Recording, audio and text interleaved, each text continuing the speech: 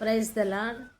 మనుషులను నమ్ముట కంటే యెహోవాను ఆశ్రయించుట ఎంతో మేలని బైబిల్ సెలవిస్తూ ఉంది. అవును ప్రియమైన వారలారా, మనుషులు ఆయా సమయాలలో మాటిచ్చి తప్పుతారు, మోసపరుస్తారు, మోసం చేస్తారు. కానీ దేవుడు అలాంటి వాడు కాదు. అందుకే నీవు నేను ఆయనను నమ్మవలసిన వారమై ఉంటా ఉన్నాం.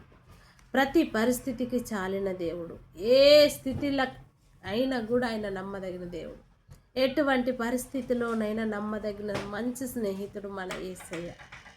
మనుషులను నమ్మినప్పుడు చాలా సందర్భాలలో, చాలా విషయాలలో, చాలా రీతులుగా మనం మోసపరచబడతాము లేదా మోసపోతాము. కానీ దేవుడు అలాంటి వాడు కాదు. దేవుడు గొప్పవాడు, నమ్మదగిన దేవుడు. నమ్ముట నీ వలనైతే నమ్మువానికి సమస్తము సాధ్యమని సెలవిచ్చాడు. నువ్వు నమ్ముచున్నావు గనుక నీ నమ్మిక చొప్పున నీకు కలుగునని సెలవిచ్చిన దేవుడు. మనం ఆయనను నమ్మినట్లయితే మనుషులను నమ్మి మోసపోతాము, కానీ దేవుని నమ్మిన వారెవరును ఎప్పుడును ఎక్కడను మోసపరచబడరు. ఆయన ప్రేమ కపటము లేనిది, ఆయన చూపేటువంటి నమ్మకం నమ్మదగినది. మనం ఇంకా పాపలమున్నప్పుడే, పాపపు స్థితిలో ఉన్నప్పుడే దేవుడు మనల్ని నమ్మాడు. నిన్ను నమ్మాడు, నన్ను నమ్మాడు, మనల్ని నమ్మాడు, మన కొరకు వచ్చాడు. అంత నమ్మదగిన దేవుని పట్ల నీ నమ్మకం ఎంత? నీ నమ్మకం ఎట్లా ఉంది? నువ్వు ఎలా ప్రేమించగలుగుతున్నావు దేవుణ్ణి? ఎంత నమ్మగలుగుతున్నావు దేవుణ్ణి? ఎలా ఆశ్రయిస్తా ఉన్నావు దేవుణ్ణి?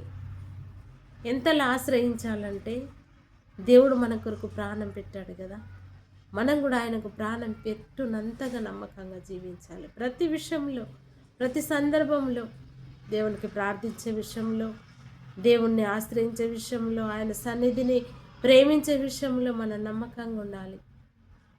ఆయన పరిచర్యను మనం నమ్మకంగా చూడాలి, చేయాలి. ప్రేమ కలిగి జీవించాలి, నమ్మకం కలిగి జీవించాలి.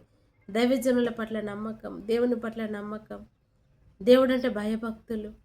ఎప్పుడైతే మనం దేవుడంటే భయభక్తులు కలిగి ఆయనను నమ్మి సేవిస్తామో అప్పుడు గొప్ప కార్యాలు మన జీవితాలలో మనము చూడగలము. దేవుని నమ్మని వాడు మోసపరచబడతాడండి.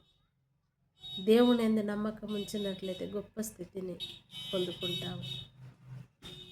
నీ యొక్క ఆత్మీయ జీవితం ఎవరి నమ్మకంల మీద ఆధారపడి ఉంటా ఉంది? ఎవరిని నమ్ముతా ఉన్నావు? స్నేహితులనా, బంధువులనా, ధనాన్య? దేని మీద నీ నమ్మకం ఉంటా ఉంది? ఒకసారి ఆలోచించండి. దేవుని నమ్మిన వాడు ఎప్పుడూ మోసపరచబడ్డాడు, ఎక్కడనూ మోసపోడు. అందుకే ప్రభు సెలవిస్తున్నాడు, మనుషులను నమ్ముట కంటే యెహోవాను ఆశ్రయించుట, యెహోవాను నమ్ముట ఎంతో మేలు.